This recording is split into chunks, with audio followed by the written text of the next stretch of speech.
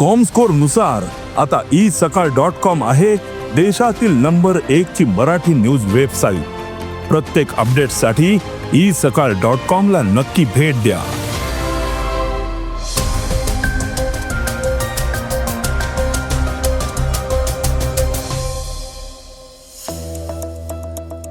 खाद्यतेलाच्या किमतींमध्ये पारदर्शकता आणण्यासाठी सरकारने मोठं पाऊल उचललंय। महाराष्ट्रात तृतीयपंथीयांना व्यवसायासाठी 2 लाख रुपयांपर्यंत आर्थिक मदत मिळणार आहे। तेहरानचा अल्टिमेटम नव्या युद्धाची तयारी आहे का? इस्रायलमध्ये शिवाजी महाराजांचा पुतळा उभारणार आहेत। महाराष्ट्रामध्ये सलून सेवा महागल्या आहेत। वैभव सूर्यवंशीच्या निवडीसाठी संयम बाळगण्याचं अजित आगरकर यांनी आवाहन केलंय। ऋतिक रोशनला डॉन 3 मध्ये काम करण्याची इच्छा आहे का? या बातम्या आपण आजच्या पॉडकास्टमध्ये ऐकणार आहोत। नमस्कार, मी अनिरुद्ध गद्रे। आज 7 जून वार रविवार।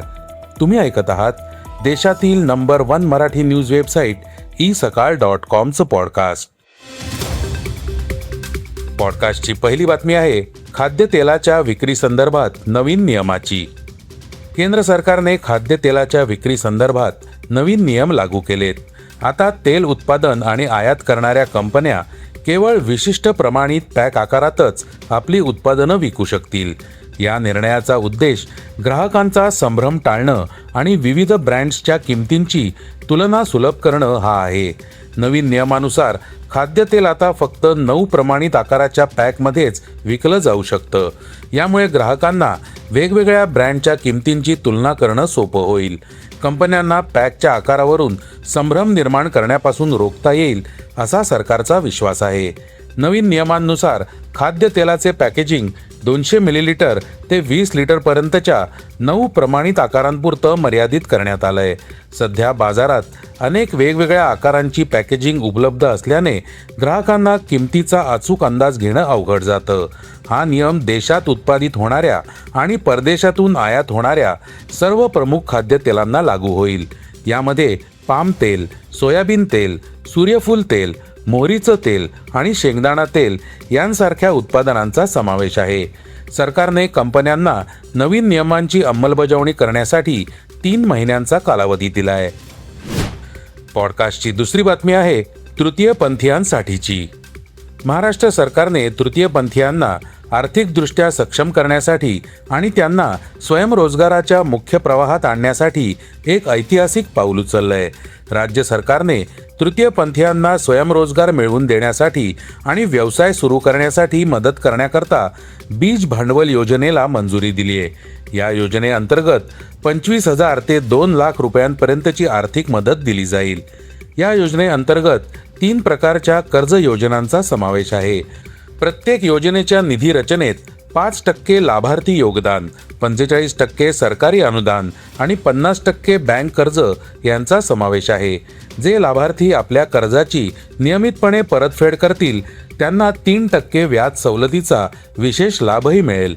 बीज भांडवल योजनेअंतर्गत भाजीपाला स्टॉल्स, चहा आणि नाश्ता केंद्र, फोटोकॉपी आणि लॅमिनेशन केंद्र, खाद्यपदार्थांचे स्टॉल्स, पिठाच्या गिरण्या, कापडी पिशव्यांचं उत्पादन, स्टेशनरीची दुकानं, छोटे टेम्पो, जनरल स्टोअर्स, आईस्क्रीम कारखाने, ज्यूस केंद्र, बेकरी, बांगड्यांची दुकाने, बटाटा वेफर उत्पादन, ब्युटी पार्लर्स, सलून, चिकन आणि फिश केंद्र, मोबाईलची दुकानं, मसाल्यांचं उत्पादन आणि लॉन्ड्री सेवा यांसारख्या विविध व्यवसायांसाठी आणि सेवांसाठी कर्ज उपलब्ध आहे।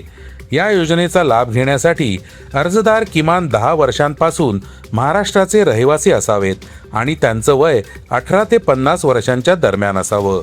आवश्यक कागदपत्रांमध्ये सक्षम प्राधिकरणाने जारी केलेले तृतीयपंथी ओळखपत्र, व्यवसायाच्या मालकीचा पुरावा, अधिवास प्रमाणपत्र, आधार कार्ड, पासपोर्ट आकाराचा फोटो आणि इतर व्यवसाय संबंधित कागदपत्रांचा समावेश आहे।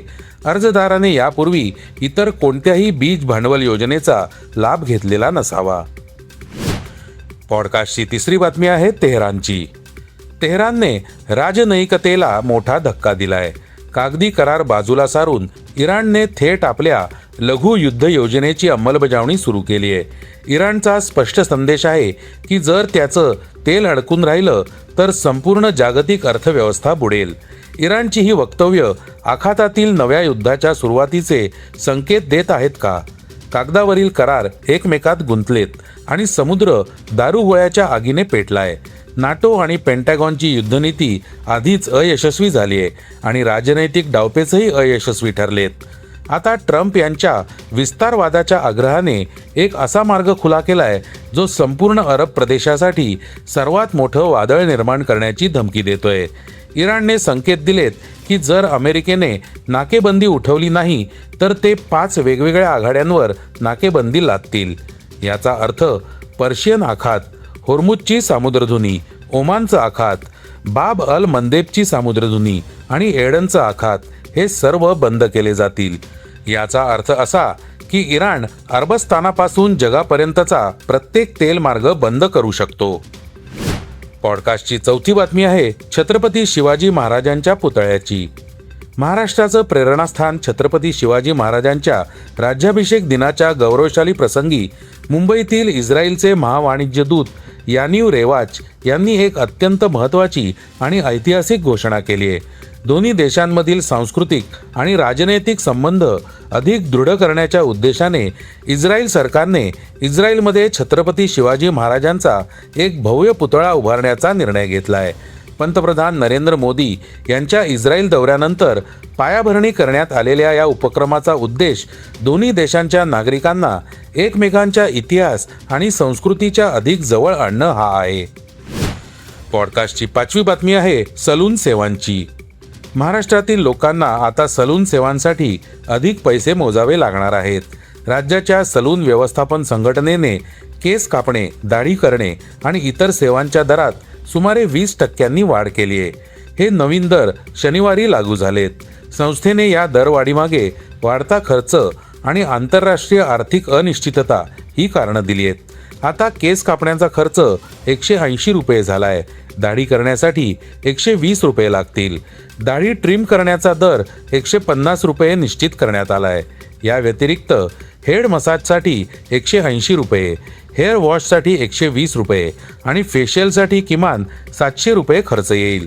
हेअर स्पाची किंमत 600 रुपये निश्चित करण्यात आली आहे. पॉडकास्टची 6वी बातमी आहे क्रीडा क्षेत्रातून. वैभव सूर्यवंशीला पहिल्यांदाच आंतरराष्ट्रीय क्रिकेटसाठी बोलावण्यात आलंय. सर्व अपेक्षा, अटकळ आणि मागण्या पूर्ण करत भारतीय क्रिकेट नियामक मंडळाने वैभवची T20 संघात निवड केली आहे. वैभवची निवड करणारे मुख्य निवडकर्ता अजित आगरकर यांना एक प्रश्न विचारण्यात आला, ज्याचं उत्तर त्यांना वैभवच्या वयामुळे टाळावं लागलं. आगरकर म्हणाले, सध्या आम्ही त्याची निवड त्या फॉर्मॅटसाठी केली आहे ज्यात त्याने चांगली कामगिरी केली आहे. कसोटी क्रिकेटमध्ये तो अजूनही नवखा आहे. त्याने नुकताच आपला प्रवास सुरू केला आहे. देशांतर्गत हंगाम सुरू होईपर्यंत आणि तो काही कसोटी क्रिकेट खेळेपर्यंत आम्ही वाट पाहू. एवढी घाई कशासाठी? पॉडकास्टची शेवटची बातमी आहे डॉन 3 चित्रपटाची. बॉलिवूडच्या सर्वाधिक चर्चेत असलेल्या डॉन 3 या फ्रँचायझीबद्दल गेल्या काही काळापासून चर्चा सुरू आहे. सुरुवातीला रणवीर सिंगच्या या चित्रपटातील सहभागाच्या अफवा आणि त्यानंतर त्याने हा प्रकल्प सोडल्याच्या बातम्या चर्चेत आल्या होत्या. आता डॉन 3 पुन्हा एकदा चर्चेत आहे, पण यावेळी बॉलिवूड सुपरस्टार ऋतिक रोशन चर्चेत आहे. एका सोशल मीडिया पोस्टनंतर ऋतिक डॉन 3 साठी स्वतःहून पुढे येत असल्याचा अंदाज चाहत्यांनी बांधायला सुरुवात केली आहे. ऋतिक रोशनने नुकतीच सोशल मीडियावर एक पोस्ट शेअर केली आहे, ज्यामध्ये त्याने पुढे कोणत्या प्रकारच्या भूमिका साकारायच्या आहेत हे उघड केलंय.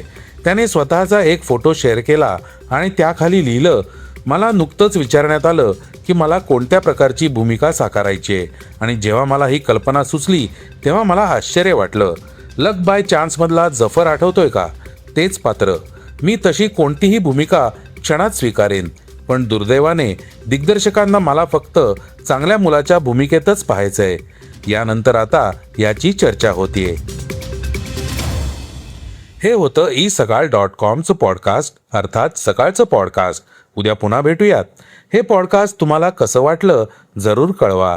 त्याला रेटिंग द्या आणि इतरांना रेकमेंड करा. धन्यवाद. Script and research by Vrushal Karmarkar.